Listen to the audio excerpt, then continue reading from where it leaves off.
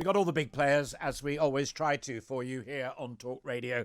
And the first of that glittering list of stars is Robert Halfon, the chair of the Education Select Committee. Robert, I'm guessing that you've been angry about a lot of things throughout this debacle, but are you most angry about BTEC being delayed? Well, I'm upset about all of it, but BTEC is really the last straw. I've always wanted to make sure that vocational qualifications are treated with the same seriousness as other qualifications, academic qualifications, and they seem to be forgotten. And yet it's hundreds of thousands of students that we are talking about. And it's interesting that the whole debate over the last few weeks has been about A-levels, and then very rarely did anyone at all mention BTECs. And now these students who are waiting for their results today are now going to the anxiety you have. I mean, I absolutely hated exams when I was growing up, and the anxiety you have waiting for your results, and now they have got to wait even longer, and this change has happened at the last minute. It's pretty much of a it's appalling. You will have seen the Times newspaper today as well, Robert, where Sir John Coles, who you know perfectly well, runs United Learning, private and state schools, but also worked at the department, like you and your committee, told Gavin Williamson weeks ago that this was going to happen. You were forgiving of Williamson and did not call for his resignation. Is not the John Coles letter the clinching argument for the Secretary of State to go? Well, I've tried to stay away from deciding who's going to be in the Prime Minister's cabinet. Clearly, this has been a mega mess. We've got the Secretary of State coming before our committee when Parliament returns in a couple of weeks' time. We will have the other players who are involved in this. I don't think it's one particular person. Of course, the buck stops with the Secretary of State for Education, but there's the government, the ministers, Ofqual. I find it extraordinary that Ofqual aren't answering the media. I know of newspapers contacting Ofqual and getting no response. I mean, this is unacceptable. They're an accountable body to Parliament. They're paid by the taxpayer. So I think there are a whole load of players in this, and we need to find out what has gone wrong. And I think John Cole suggests this, that there has to be a review and lessons learned. Okay. The key thing, it seemed to me, and I said it right at the beginning of this programme, and I'm going to talk to Kate Green and to Nick Gibb about it as well, is getting next year right. We've got young people right here, right now, who have not had the education that they would have hoped for over the last few months because of COVID-19. They're only 9 months away from doing GCSEs, BTECs and A-levels. What do you want put in place right now, Robert, that will make sure they get a fair crack of the whip come the summer of 2021? Well, I'd like the Prime Minister to set out a long-term plan for education. We have a long-term plan for health. Why don't we have the same for education? Why isn't education treated as important as the economy and as the NHS? I want him to set out not just about schools opening and lead that, but also what the plans are for the next few months, and to make sure that we can get pupils and students to catch up. And I hope very much that we will be able to go back to the traditional way of doing exams next year. But the Education Secretary, the Prime Minister need to set out what the plans are to make sure that pupils get the right amount of learning so that they are properly prepared for what happens. And if there has to be another grading system, they need to move away from an algorithm, and I think just have an independent assessor. The teachers will predict the grades, and you have an independent assessor for each pupil who will check and balance those grades. I think that would have been, in hindsight, a much simpler system. Would it be wise to scrap Key Stage 2 testing for the younger ones at the other end of the spectrum, because they've had their early introductions to school disrupted? Now that we know that teacher assessment is viable, should that not just go at the other end of the scale to teacher assessment as well and do away with Key Stage 2 testing? Well, first of all, I think we need to find out how much children have been left behind because of the coronavirus. What I don't understand is why the Department for Education didn't do modelling at the very beginning of the lockdown to find out how children would be affected by the loss of learning. So I think there needs to be serious analysis done. And then once you know what the situation is, then you can decide on the testing, the exams, or whatever it might be. There are schools as well that I gather on the grapevine that were promised the kit to do online learning because of COVID-19, which you called for and your committee called for, that still haven't got it. Well, the Children's Commission has said that 700,000 children don't have proper computers or tablets at home. And what should have happened? I mean, governments always go for these big national procurement schemes. I don't know why on earth they just didn't allow or give vouchers to head teachers and say, go down to your local Currys and buy a Chromebook for a Google Chromebook or whatever it may be for your students. I think that would have been a much quicker system. It would have allowed head teachers to get the computers that they wanted. And it may not have been as cheap as a national procurement system, but it would have worked quicker and faster. And it would have meant every student who didn't have access to a proper computer or online learning at home would have been able to work properly during the lockdown. You're a very forgiving man, Robert Halfon. You've said that they don't have a long-term plan for education, that they screwed up assessment, that they didn't know how badly impacted kids would be by COVID-19, and that they still haven't got the kit that they require to do the job of work. I mean, if I was the chairman of the Educational Select Committee, I would not only have lost confidence in the Secretary of State, I'd have lost confidence in the whole damn department.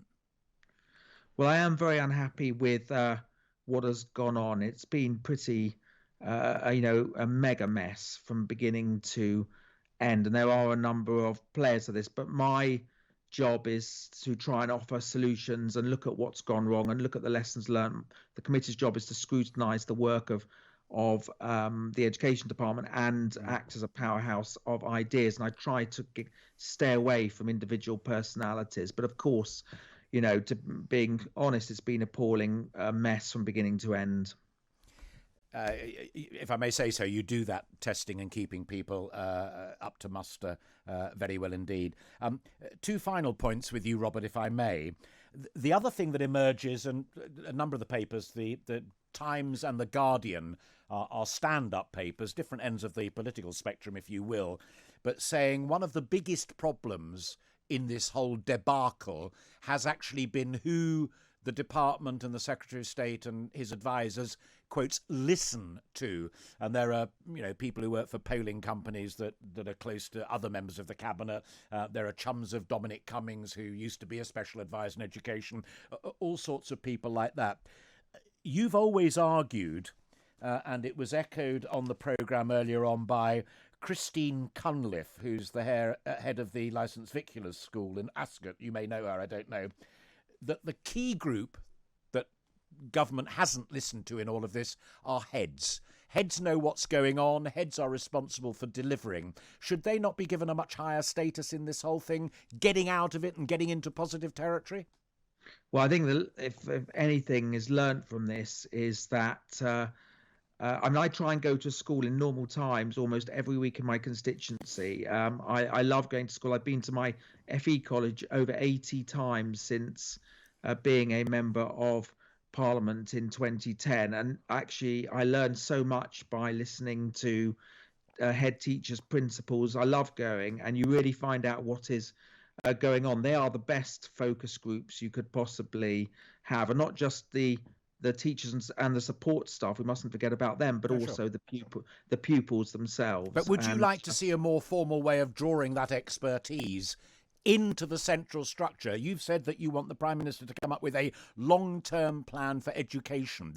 Surely there are a few better authors than heads. I think it would probably be a good idea if the Prime Minister or the Department for Education looked at some of the finest heads in the country and had them as an advisory board, but also spoke to schools who may be failing or having significant difficulties, because you've got to learn from the best, but you also need to learn why schools are having those difficulties and what can be done to improve them. How worried are you, this is the penultimate one, Robert, on the promise of extra pay for teachers? I think 3.1%, which is, they have worked hard, they've tried their best, and it's been tough times for them. But the degree to which it is fresh money, or that heads and boards of governors are going to have to find that money from elsewhere. Do you demand a pledge from Rishi Sunak that money should be fresh money and not from existing school budgets? Well, I think that's what the government have said, that it will be fresh money. I think we need to wait for the spending round in the autumn. We do have to be aware also, of course, I want teachers to have more money, but there are also enormous pressures on public spending across the board and other wonderful public servants in other sectors like the NHS. Or whatever it may be. But we do have a teacher recruitment crisis as well, and we've got to look at ways of incentivizing teachers. I'd like to see teaching degree apprenticeships at undergraduate level, not just at postgraduate level, to encourage teachers. I'd like to look at ways of incentivizing teachers in the most disadvantaged areas of the country, and to maybe even consider the ideas of local training colleges in these areas where you have deficits and it's hard to recruit the teaching profession in these schools. Yeah, how it used to be, oddly enough, before the mergers and closures. Final point, going way back, Steve Byers did the job that Nick Gibb now just does under Tony Blair, and one of his passions, a Labour politician, was to get the independent sector and the state sector talking to each other a lot more and working more closely. Given John Coles's experience and given the horror of you doing better at A-level if you went to a private school than if you went to a state sixth form college, is it now the time for you perhaps to bang heads together and get the independent and the state sectors working together more closely, talking to each other more? It seems to me a golden opportunity. Yes, I think that is important. I know that Eton College are spending many hundreds of thousands of pounds in terms of scholarships and bursaries over the coming years. I spoke to the head teacher a few weeks ago of Eton about that. That looks very exciting. And there should be much more collaboration. I have proposed in the past a so-called private school levy, which would in essence be a levy that a bit like the apprentice levy, but the government would impose on private schools, but in order to ensure that they offer bursaries for people on the lowest incomes, perhaps on free school meals. So I know there is a bursary scheme at the moment, but it's pretty limited. And so I think that the private schools, given the benefits they have, because they do have charitable tax benefits, that they should definitely work with state schools wherever possible. And actually, I'd love to see more kids going to private schools from very, very low income backgrounds. Robert Halfon, you're always generous with your time. Thank you very much indeed for joining us. That's Robert Halfon, the Conservative Member of Parliament, who is the chair of the Education Select Committee, calling for a long-term plan for education from the Prime Minister himself in the wake of this crisis, that there should be a much clearer grasp of just how much our children, our younger children particularly, have lost out as a result of COVID-19. He says there's been no serious analysis and we need that and we need it right now, and that the independent sector and the state sector should work more closely. Perhaps there should be a private sector levy to assist that, and perhaps the great private schools, public schools as we call them, should remember that they have charitable status. Maybe this is a golden opportunity for them to earn it. I'm delighted now to be joined by Kate Green, who is the Shadow Education Secretary for the Labour Party. And Kate, you're quoted big and bold on the front page of the Telegraph, quoted elsewhere, I know, but front page of the Telegraph. This latest chaos is totally unacceptable. For some young people to find out less than a day in advance that they will not be receiving their grades tomorrow, i.e. today, is utterly disgraceful. It's appalling that thousands of young people should face further confusion and uncertainty because of the government's incompetence. Is the John Coles letter leak the silver bullet that means you can now call for Gavin Williamson to go, and will Sir Keir Starmer voice that? I don't think Gavin Williamson can look young people in the eye, and it's absolutely shocking to discover that he was warned weeks ago very specifically about the problems with the algorithm, and it appears that for whatever reason those warnings were ignored. I'd like that correspondence to be published so we can see exactly what was happening and why they pressed on regardless. I do think it's becoming impossible for Gavin Williamson to do the job. He's clearly unfit to defend the best interests of young people, and that is the most important part of his role. He is responsible for their futures. He is failing them. Is the greatest offence not necessarily doing the wrong thing, but having been told by impartial agents like Sir John Coles at United Learning to do the right thing and then not do it? Is it cock-up or is it conspiracy? I do worry that there is an ideology underpinning all of this, which doesn't want all young people to have the chance to show their best potential, that believes that only one-off chances in an exam at the end of the year is the best way to assess young people, and any other scheme or system has to be redesigned so that it doesn't give young people the best chance possible to show what they might be capable of or their potential.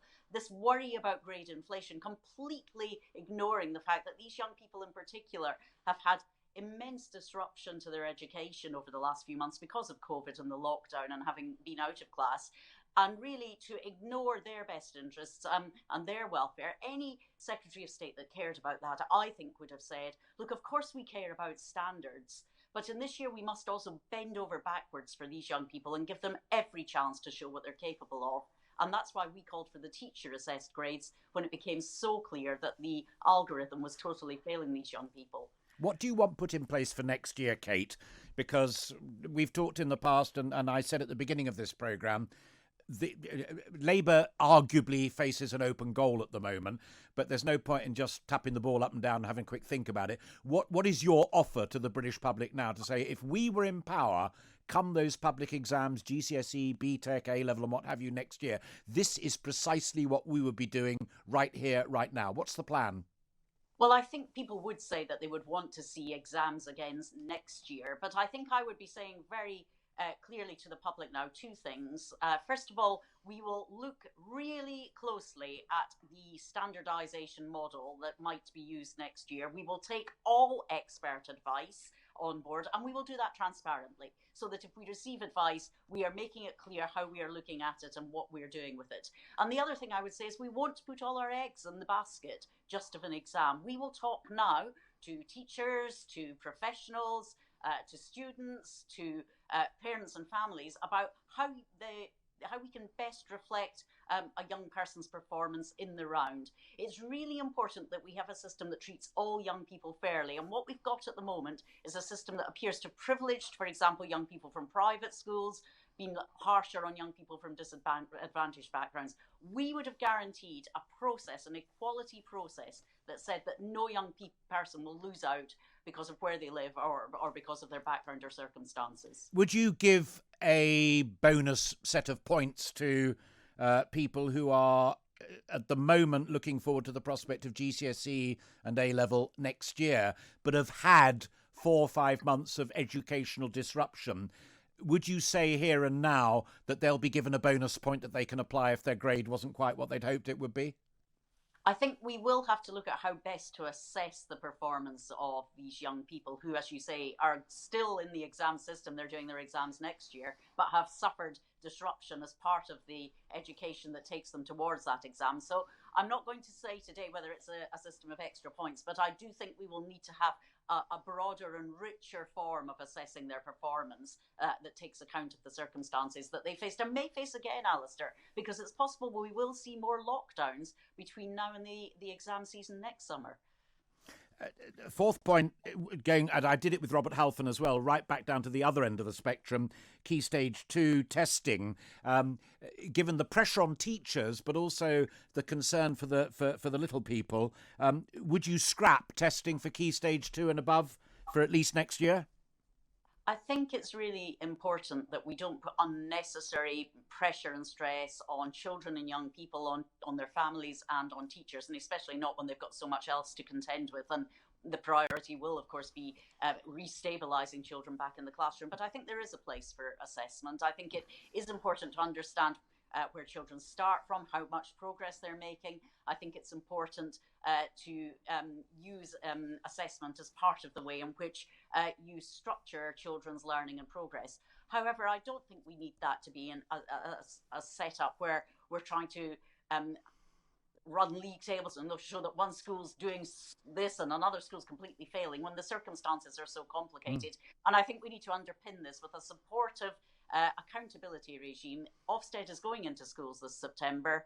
It needs to be talking about good practice and how it can work with them to achieve the best for That's quite significant, Kate, and forgive me if I'm wrong, but I take that to mean it's quite a big shift for Labour. That in years gone by, there used to be the sense of, testing is wrong, it's competitive, we should all be in this together and help little ones out, but don't put them under undue pressure. You are saying quite clearly, don't put unnecessary pressure on kids, but there is a place for formal assessment. Mums, dads and teachers have a right to know where those little ones are.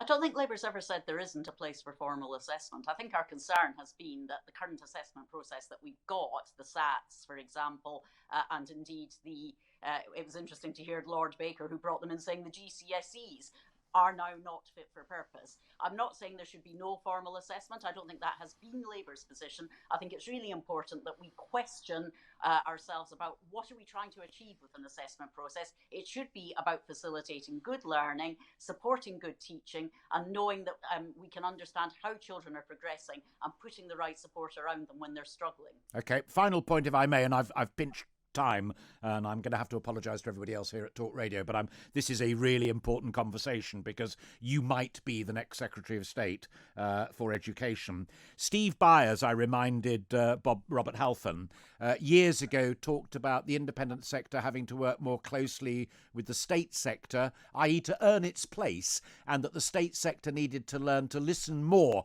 to how Eton, Manchester Grammar and places like that do it. Do you subscribe to that? Is it time to give that another go? Well, I think I would note that Eton and other private schools, of course, have access to far greater resources than the state sector. They're able to offer better facilities, smaller classes and more teacher attention. So it's not a level playing field. And I think that that playing field does need to be levelled. We can't have 6% of our children enjoying an exceptionally privileged experience that isn't available to others. And my absolute priority is the 94% of our kids being educated in our state system. And I want every single one of them to have access to the best quality education. They're entitled to it. Have they got anything to learn from the private schools in the state sector? I think there's certainly an opportunity for each to look at what the other is doing. But I would not say that the state schools have to learn from the private sector. I think the state schools do a phenomenal job coping with a much broader range of young people, meeting their educational and socio-emotional needs. And I think that what's really constructive is when state schools learn from and support one another. If private schools want to be part of that mix, helping and learning too, then fine. But don't underestimate the way in which a family of state schools can really help each other to work together to drive up performance, as we saw under Labour governments, for example, with the exceptional London Challenge. Kate Green, pleasure to talk to you. It's been a long time, but thank you very much indeed, and I'm glad you found time for us this morning. That's Kate Green, who is the Labour Shadow Secretary for Education. Next year's cohort facing GCSEs, BTECs and A-levels will still need help 9 months down the road. Key Stage 2, don't scrap the tests. It's we don't want to put unnecessary pressure on our children, but there is still a place for assessment. And private schools and state schools, she says, do a phenomenal job. Let's not pour scorn upon them. They've got much to be proud of. I am delighted now to be joined by Nick Gibb, who is the Conservative Minister for School Standards and is the man at the eye of the storm, it seems to me. Nick, I don't want to do this sort of nonsense about screaming for resignations, and I made it very clear at the beginning what I'm most interested in is what you guys are going to put into place to make sure that next year is better. But what's it like going into the department at the moment and reading the Times and seeing yet another example that your boss, Gavin Williamson, knew exactly what was likely to go wrong back in the early part of July, both from Sir John Coles and from Robert Halfon? It must be hell in there.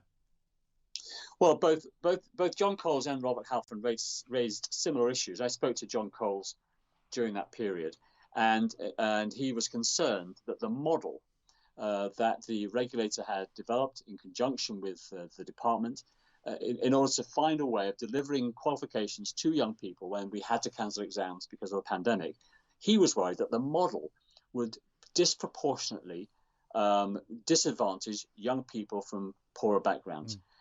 And that was also the issue that was of concern to Robert Halfon and the Education Select Committee. So I put these points. I organised a meeting as soon as I'd spoken to John with the independent regulator, with Ofqual, and senior officials of the department to go through the concerns that John had.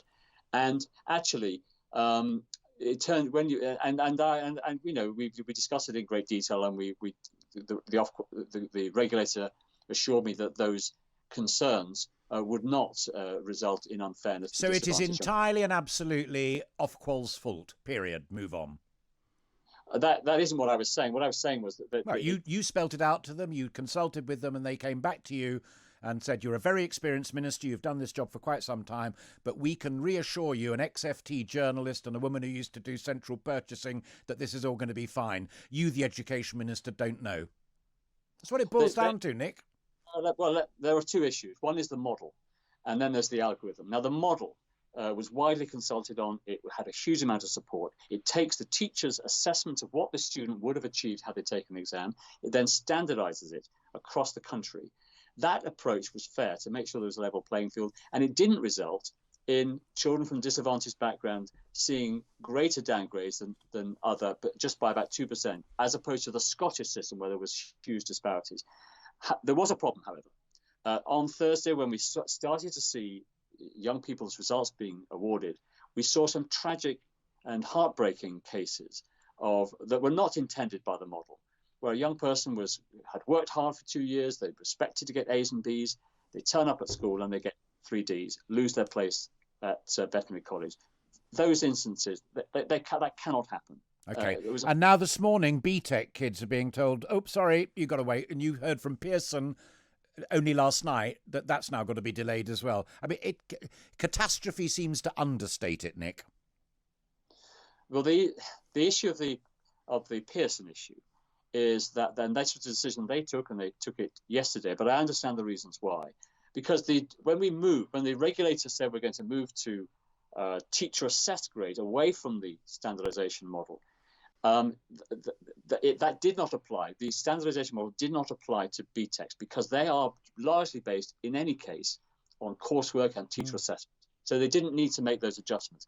But because we had made those adjustments to A-levels and GCSEs, Pearsons were getting feedback earlier this week from schools that they needed to make some adjustment upwards of the grades to BTEC so that they were fair in comparison to GCSEs and A-levels as a consequence of that decision. So to be fair, and they are a more complicated qualification for exam boards to award. So it will take a little bit longer for them to recalculate to reassess those BTEC grades. I'm hopeful that will be done by next. Halfon said to me that now is the time, put all of that behind you because you ain't going to change anything, for the Prime Minister to come up with a long-term plan for education. National crisis we've been through these last few months. Are you up for that? Absolutely. We've been, since this government came into power, we've been wanting to and have reformed education. We've improved standards. Children are reading better. We've got better maths.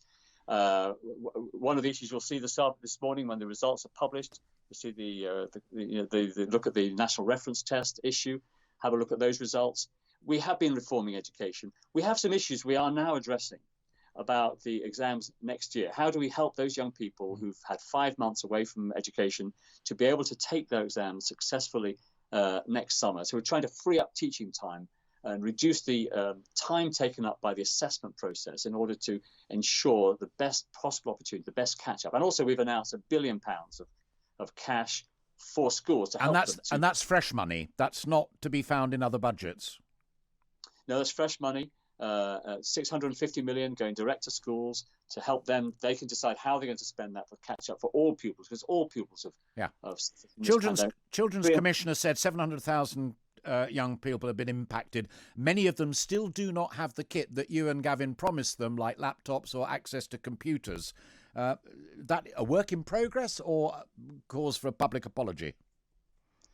It was a tremendous achievement by the department to procure 200,000 laptops and tablets in a globally challenging market where everybody wanted these systems. Yeah, when 700,000 kids had suffered, not 200,000, 700. We had to prioritise children in need, children with a social worker to make sure they could keep in contact with their social worker. We prioritised disadvantaged year 10. We have then subsequently procured another 150,000 laptops in reserve, ready for any localised lockdown to make sure that all disadvantaged young people in those areas. But in terms of playing catch up from September, next month, if you do that with 150, then half of the 700,000 children who suffered from not having the kit that you'd promised, half of them will have it by September.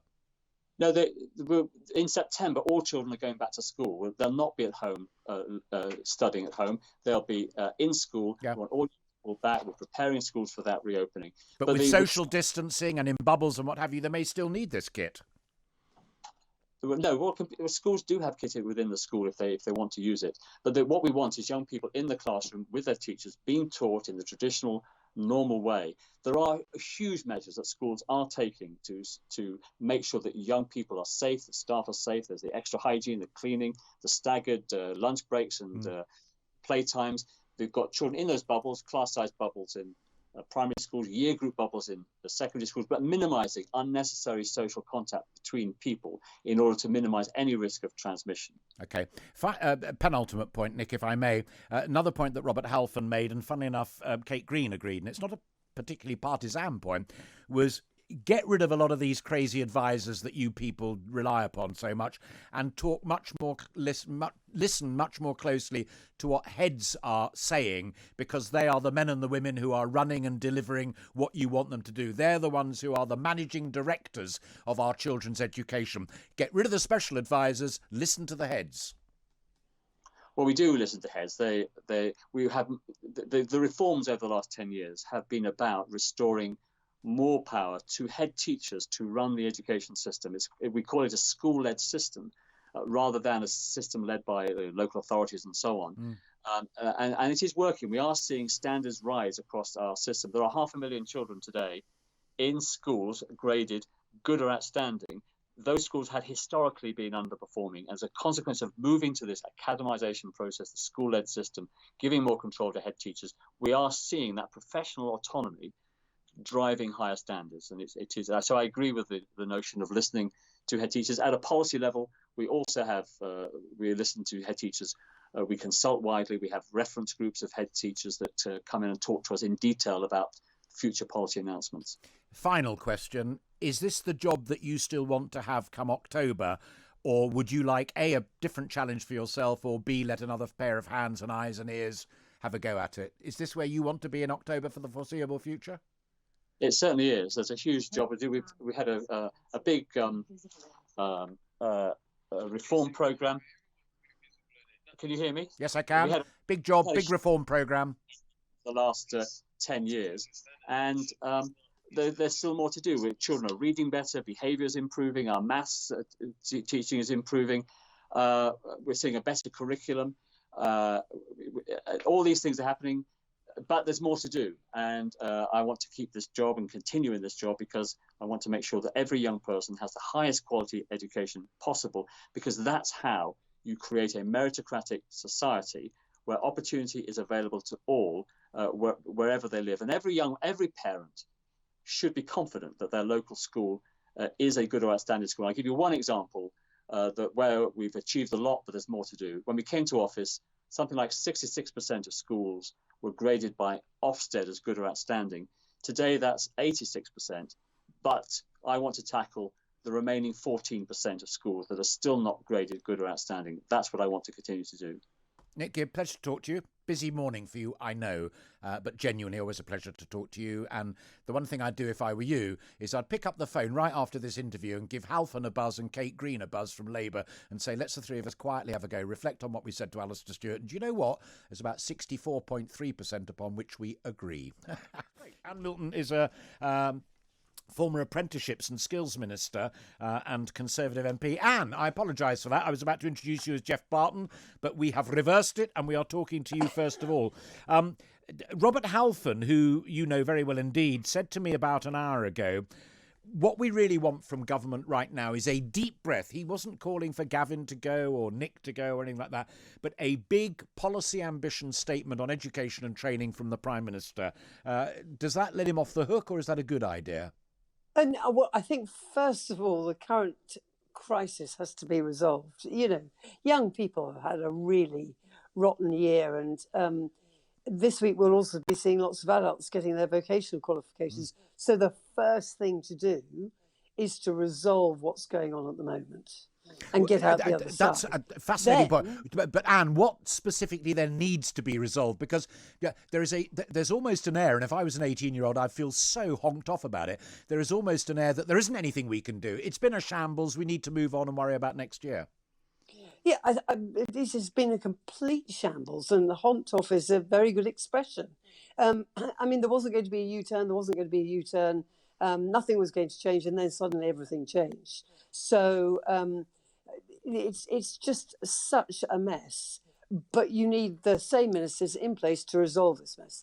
Yet then, yes, we do need another look and another statement, another big speech from the Prime Minister about education, particularly about further education, because when all is said and done, a lot of the talk is always about A-levels and GCSEs. It's rarely about vocational qualifications. It's getting a bit better, but it's rarely about the vocational qualifications which give young people and adults the skills they need to do the jobs that this country needs done. It's also at the other end of the spectrum as well, isn't it? Because we've got to prepare the young folk at the moment who are, as it were, 15 and 17, not 16 and 18, because they've got to face exactly these same examinations in 9 months' time. And they've missed months of education already. I know, it's not. I mean, the disruption to education, of course, as always, those from more deprived areas are affected the worst. So, you know, the best public schools, private schools in the country have been doing quite a good job, I understand, teaching, you know, seven hours a day. Because they've got the money in the kit. Well, they've got the money in the kit, and there are plenty of young people who don't have the kit at home. They don't necessarily have the connections at home, and their families are less able to support them, often leading busy lives themselves, trying to get through the day, to be honest. Yeah.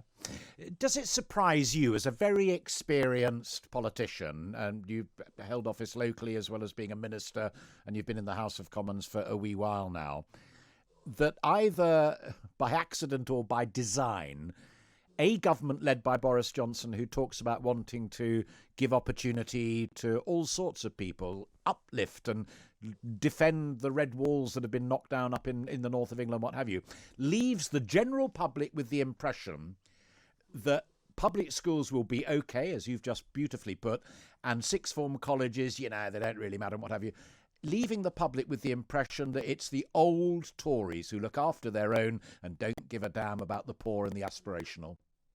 I think one of the problems is, you know, I've welcomed the fact that there has been more words about further education, more words about levelling up, but actually words don't cut the mustard. What you've got to see is real action. And there's going to be a huge amount of work that needs to be done to actually close that attainment gap, because it will have widened. Without a doubt, it will have widened. And, you know, further education colleges have always struggled. They're getting more money, but they start at a very, very low base. Mm. And the other thing that has always struck me as being a huge fan, like you, of apprenticeships, my youngest son did one in sport, as it happens, but there's a brand problem. If you're a 17, 18-year-old and you say, I'm going to Oxford, I'm going to Cambridge, or I'm going to Durham, or I'm going to Winchester University, you know, all across that spectrum. If you stand up at a party and say, I'm doing BTECs and I hope to go to a tech college. There is intellectual snobbery in this all the time, and it's very, very hard to break that down. I think the trouble is you often hear people say, yes, of course, further education is great and vocational qualifications are great. What they don't say is, but not for me and my family. Absolutely. But what can specifically, and final point to you, if I may, what specifically could we do about that? Because it's a message I would very happily report about, and I'd very happily write about it. It's this idea that young people are entitled to go to the right place that suits them, whether it's Oxford or whether it's an FE college or a teacher training college or what have you, with total, absolute confidence. I mean, that's the brand we want to get across, isn't it?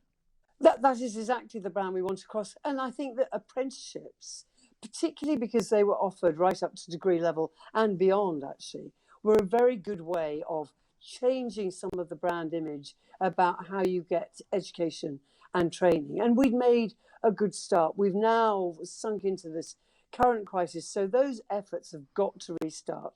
Of course, an apprenticeship is fundamentally a job. So, and we don't yet know what the impact on employers and the public sector is going to be. But there are always going to be public sector jobs. Those jobs stay, and apprenticeships in the public sector, nothing better. So we've got to hear it being talked about, but we've got to see real action. People really believing that this would be an option for me, even though I might have got a degree from Oxford. Always a pleasure to talk to you. Geoff Barton, General Secretary of the Association of School and College Leaders, joins me now. That's quite a positive air to finish on, isn't it? We've talked to Kate Green, we've talked to Halfon, talked to Nick Gibb even. There is a passion out there to do the best by our kids and a comprehensive recognition that we screwed up.